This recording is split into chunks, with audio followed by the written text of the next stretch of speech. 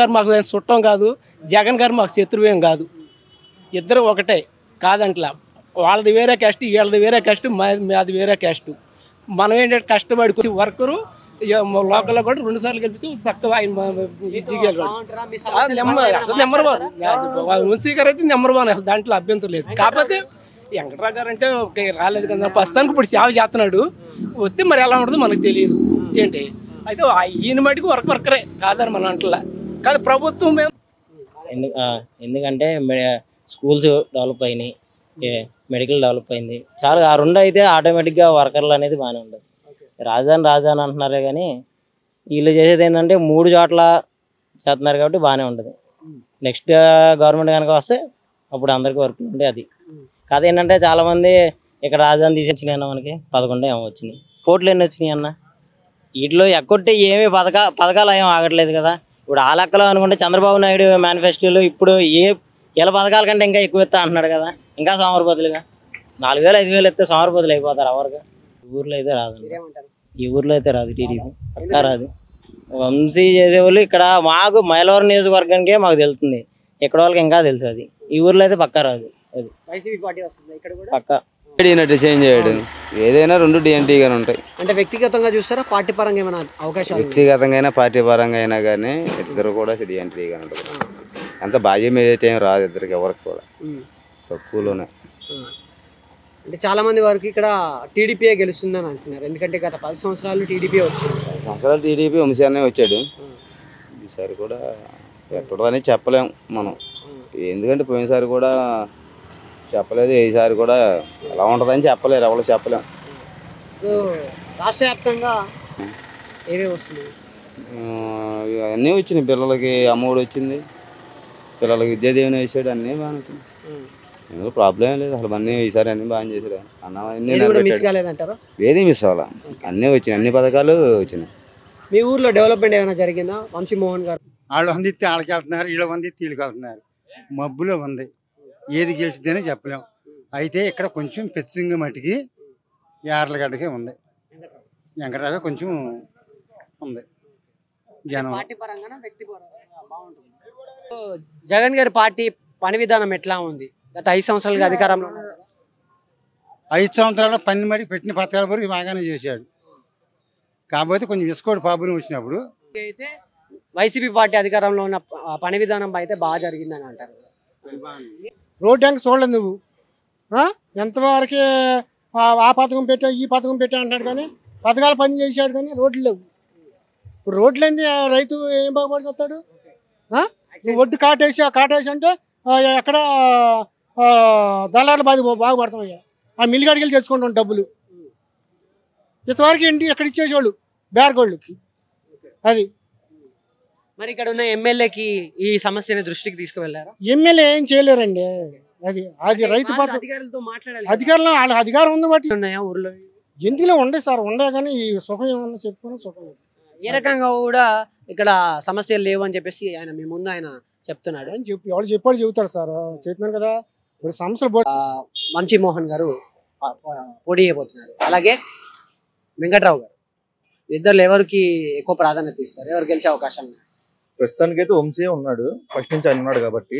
ఇప్పుడు ఎర్రగడ్డ వచ్చాడు కదా, డి అంటే డీగా ఉంటుంది. ఎందుకంటే ఇప్పుడు వీళ్ళు అవకాశం ఉంది. ఎట్లుంటారు మీకు వంశీ మోహన్ గారు? ఎట్లుంటారు ఇంటరాక్షన్ ఎట్లుంటది? వెంకట్రావు గారు ఎట్లుంటారు? వంశీ అన్న అయితే మనం మాట్లాడతా కూడా దగ్గర కూడా వెళ్ళి మాట్లాడతాం, అధికారంగా మాట్లాడుకోవచ్చు. ఆయన అట్లా ఉన్నాడు, ఈయన కూడా అట్లా ఉన్నాడు, అట్లా ఉన్నాడు, సమానంగా ఉన్నారు. ఏమైనా సమస్యలు వస్తే మీకు ఇంటరాక్ట్ అవుతారా? మాట్లాడతారా? టీడీపీ పరంగా అయితే ఎవరు గెలిచినా కానీ, టీడీపీ పరంగా ఎవరు గెలిచినా, వ్యక్తిగతంగా ఎవరు పోటీ చేసినా కానీ టీడీపీ పార్టీని చూసే గెలుస్తారు అంతే. కాకుండా వైసీపీ నుంచి పోటీ అవుతున్నారు, అలాగే వెంకట్రావు గారు టీడీపీ నుంచి పోటీ చేస్తున్నారు. ఎట్లా ఎవరు గెలిచే అవకాశం ఉంటారు? కొంచెం టఫ్ పోటీగానే ఉంది. కాకపోతే ఏంటంటే నా వ్యూ అయితే వంశీ మోహన్ గారే గెలుస్తారు. ఎందుకన్నా పార్టీ పరంగా అంటే పార్టీ పరంగా అంటే ఇప్పుడున్న వెంకటరావు గారు ఇంతకుముందు పోటీ చేశారు వైసీపీ తరఫున. కాకపోతే ఈ 4.5 సంవత్సరంలో ఆయన ఇక్కడ కనపడలేదు ఎక్కువ. తన వారి వ్యక్తిగత పనులు చూసుకున్నారు. ఈ 4.5 సంవత్సరం కూడా వంశీ గారు ఇక్కడ లోకల్గా ఉన్నారు కాబట్టి ఆయనకే సపోర్ట్ ఉంటుందని నేను అనుకుంటున్నాను. అంటే మీకు ఇంటరాక్షన్ బాగుంటుంది, ఎలా ఉంటారు మీకు? కొంచెం సమస్యల పట్ల కొంచెం ఫ్రెండ్లీ నేచర్. సందర్భాలు ఏమైనా ఉన్నాయా? మిడిల్ క్లాస్ అయితే జగన్ వస్తే బాగుండని వీళ్ళు అనుకుంటారు, అంతే తేడా ఇక్కడ. మీరేమనుకుంటున్నారు, టీడీపీ వస్తే బాగుంటుందా? అది మనం నిర్ణయించలేము మీ ఒపీనియన్ అని నేను అనుకుంటున్నాను. అయితే ఆయన ఏం తక్కువ మనం చేయకూడదంటే ఆయన వాళ్ళు విమర్శించే అంత వయసు నాది కాదు కాబట్టి కంపేర్ చేసుకుంటే జగన్ గారికి మొక్కు ఉంటుందని అనుకుంటున్నాం. Thank you. నేను టీడీపీ ఆర్ జనసేన పార్టీకి సపోర్ట్ చేస్తాను. ఎందుకండి? నేను ఎంప్లాయీస్ కాబట్టి మాకు ఈ నార్మల్ పథకాలు ఏం పెద్ద మాకేం అవసరం లేదు. మా కాలం మేము బతకగలం. సో ఎంప్లాయబిలిటీ ఎక్కువ జనరేట్ చేసేది నెక్స్ట్ వచ్చే టీడీపీ గవర్నమెంటే కాబట్టి నేను అది తీసుకున్నాను. టీడీపీ వస్తుందని మీరు అనుకుంటున్నారు? నేను అనుకుంటున్నాను.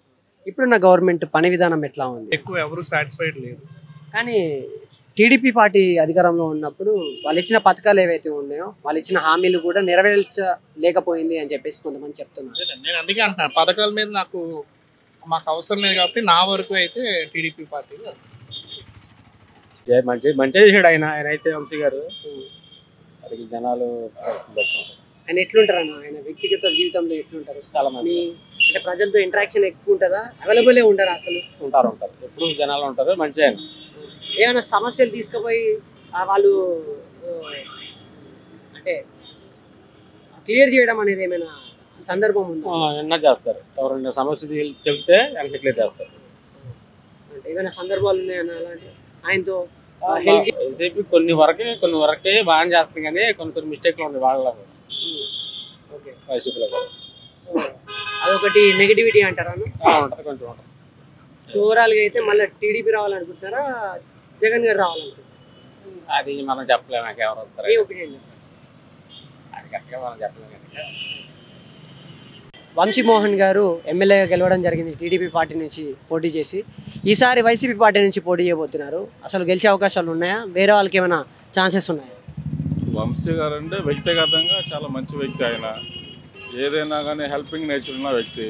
ఎవరైనా కావాలని వెళ్ళినప్పుడు సాయం చేసే వ్యవహారాలు చాలా జరిగినాయి. చాలామంది చేశారు. సోషల్ వర్కర్గా మేము చూసాం. మరి ఇప్పుడు టీడీపీ నుంచి వైసీపీకి వచ్చారంటే అది ఆయన ఆలోచన విధానాన్ని బట్టి వచ్చారు. వ్యక్తిగతంగా అయితే పర్లేదు. ఆయన ఉంటే ఇక్కడ వరకు అయితే లోకల్గా అభివృద్ధి డెవలప్మెంట్ అయితే బాగానే ఉంటుంది.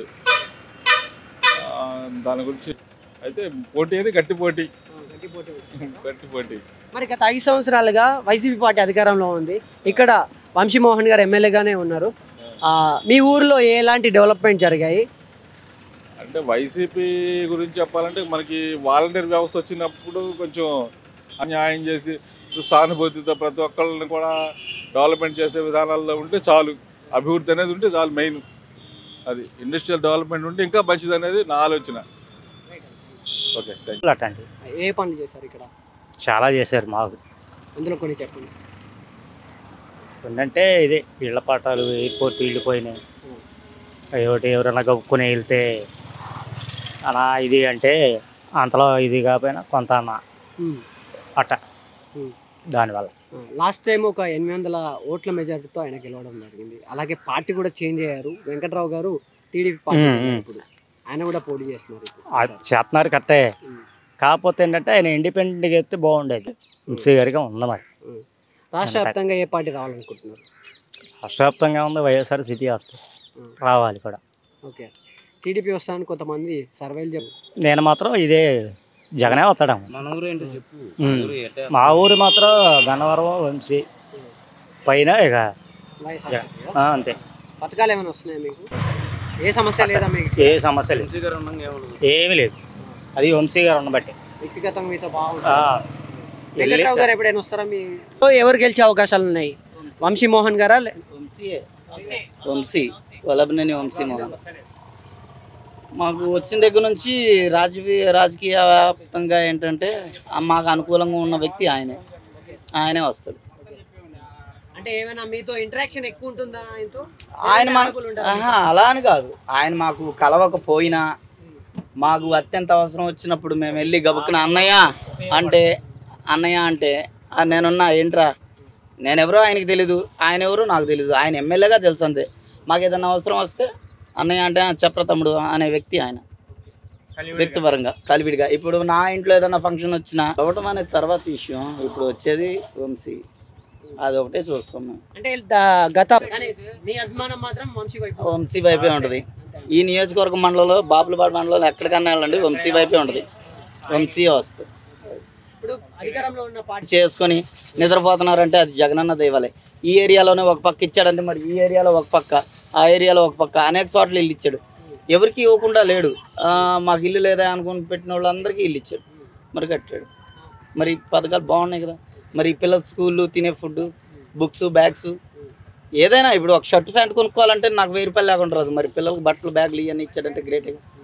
మరి అంటే ఇప్పుడు అటువంటిది మళ్ళా జగన్మోహన్ రెడ్డి గారు ఒకవేళ టీడీపీ వస్తే ఏ విధంగా ఉంటుంది? నా ఆలోచన అయితే వైసీపీ వస్తుందని. నెక్స్ట్ ఇంకా ఏం లేదు అక్కడ మాట్లాడుతుంటారు.